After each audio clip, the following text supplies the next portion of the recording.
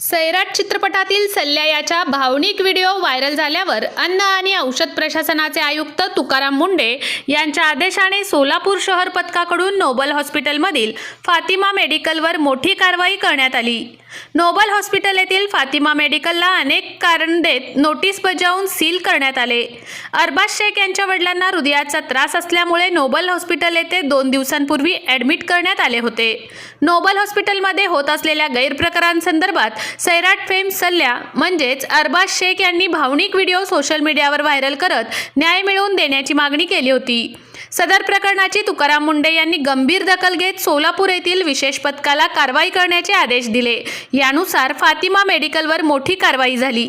या कारवाईत मुदत संपलेल्या औषधांबरोबर विक्रीचे औषध नको त्या अवस्थेत आढळून आले।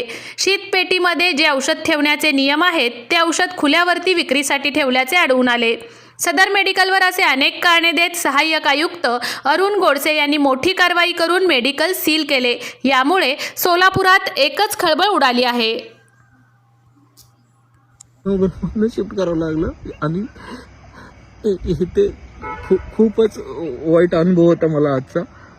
ह्याच्यावर जाणकारांनी ह्याच्यावर काहीतरी मला सांगावं की माझ्या वडिलांना मी कुठे ट्रीटमेंट करायला पाहिजे आणि कसं ट्रीटमेंट करायला पाहिजे मला आता काहीच कळत नाही।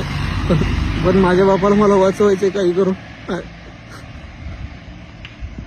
मला मदत करा।